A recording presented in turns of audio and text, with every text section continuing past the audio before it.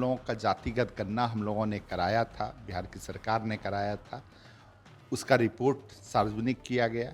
दूसरा, आरक्षण का दायरा जो 50% था उसको बढ़ाकर 65% किया गया और सवर्ण के आरक्षण को अगर जोड़ा जाएगा तो उसको 75% किया गया। उनको राजनीति करने का कोई मौका नहीं मिल रहा है, इसलिए वो मौका तलाश रहे हैं और कुछ से कुछ बोल रहे हैं।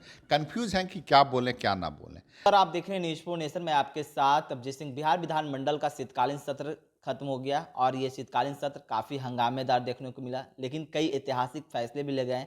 आरक्षण का जो दायरा है उसे बढ़ाया गया। इसे बात करने के लिए हमारे साथ हैं बिहार सरकार के मंत्री हैं जयंत राज सर। शीतकालीन सत्र तो इस बार हंगामेदार रहा, लेकिन कई ऐतिहासिक फैसले भी लिए गए। देखिए, इस बार तो बिहार का जो सत्र रहा है, शीतकालीन सत्र, वो समझिए कि दो मामले में बड़ा, मतलब ऐतिहासिक फैसला दो मामले में लिया गया। एक तो जो हम लोगों का जातिगत गणना हम लोगों ने कराया था, बिहार की सरकार ने कराया था, उसका रिपोर्ट सार्वजनिक किया गया। दूसरा, आरक्षण का दायरा जो 50% था उसको बढ़ाकर 65% किया गया और सवर्ण के आरक्षण को अगर जोड़ा जाएगा तो उसको 75% किया गया।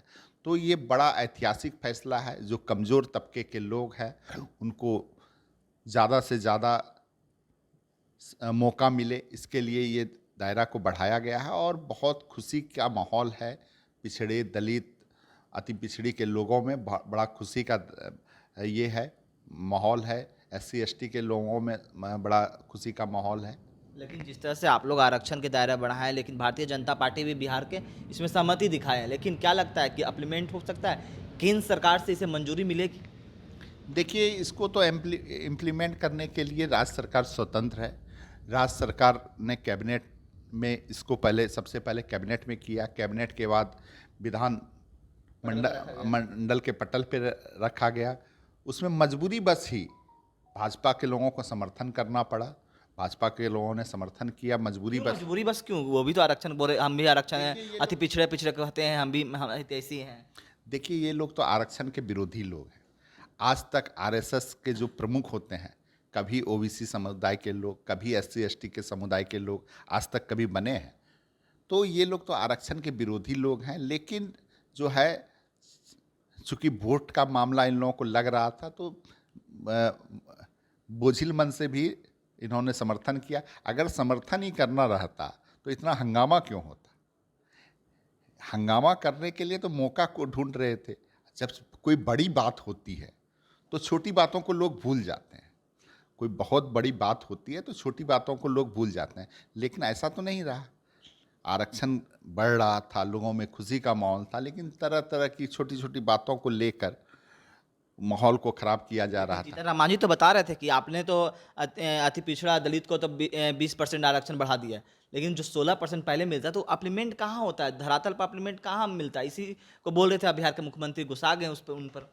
देखिए, इम्प्लीमेंट तो करना सरकार का काम है। सरकार का हिस्सा तो किसी न किसी तरह से, पक्ष में रहे विपक्ष में रहे, सारे विधायक सरकार के हिस्सा होते हैं। और विधानमंडल में जब आरक्षण बढ़ेगा तभी तो उसका इम्प्लीमेंट होगा। इम्प्लीमेंट तो, ये तो खुशी की बात थी कि आरक्षण बढ़ गया, लेकिन जो है इन लोगों को तो कुछ भाजपा का बोल बोलना था। चूँकि भाजपा के लोग डायरेक्ट वे में कुछ बोल नहीं सकते थे, तो इन्होंने एक मुखड़ा बनाया जीतन राम मांझी जी को, जो बिहार के पूर्व मुख्यमंत्री रहे हैं। हम ही लोगों की पार्टी ने उन्हें मुख्यमंत्री बनाया। माननीय मुख्यमंत्री ने मुख्यमंत्री बनाया उन्हें।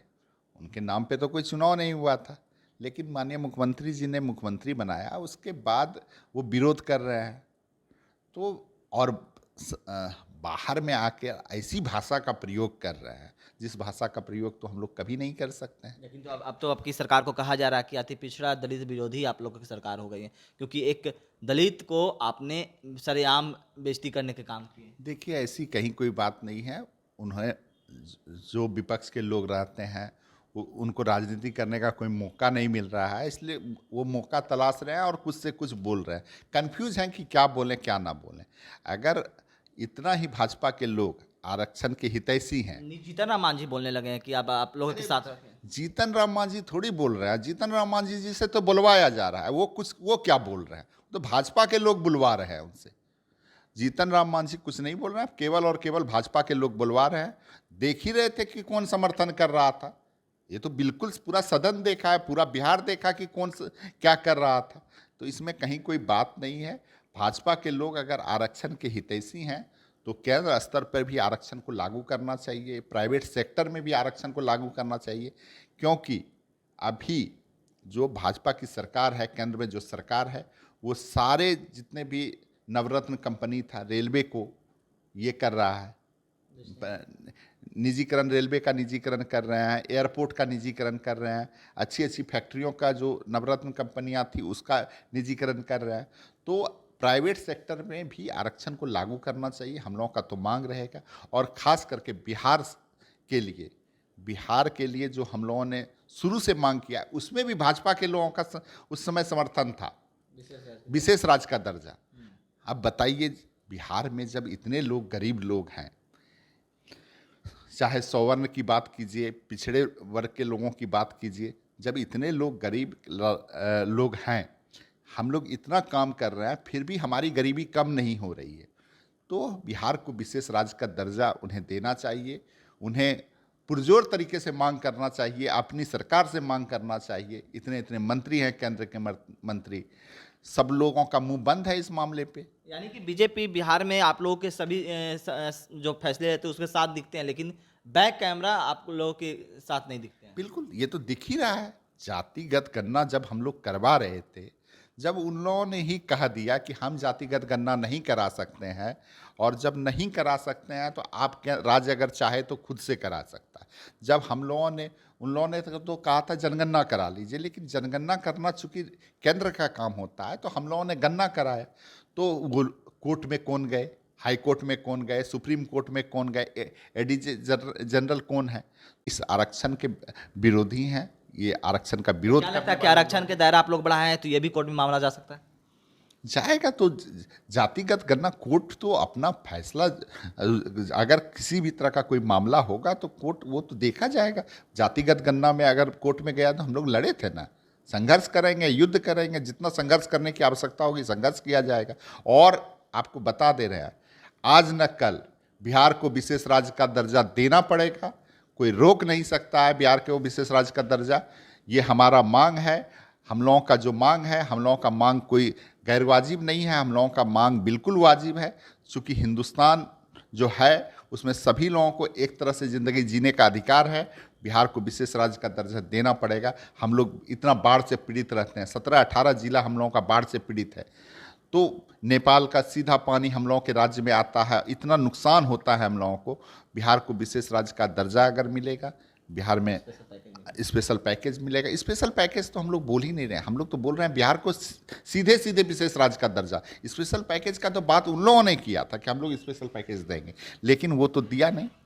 बिहार को विशेष राज्य का दर्जा अगर दे देंगे, बिहार खुशहाल होगा तो देश भी खुशहाल होगा। चलिए, ये थे हमारे साथ बिहार सरकार के मंत्री जयंत राय, जिन्होंने क्या कुछ कहा आपने सुना है। इस तमाम खबरों बने रहे न्यूज़ पॉइंट के साथ। नमस्कार।